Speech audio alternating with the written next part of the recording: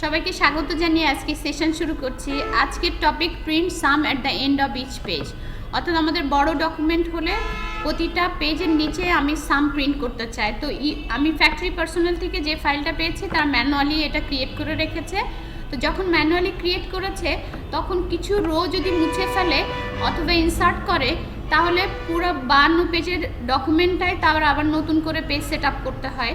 তো এইখান থেকে আমরা নর্মাল কোনো বেসিক ফাংশন নেই যেটা দিয়ে আমরা একবারে এই ধরনের কোনো প্রিন্ট আউট বের করতে পারি।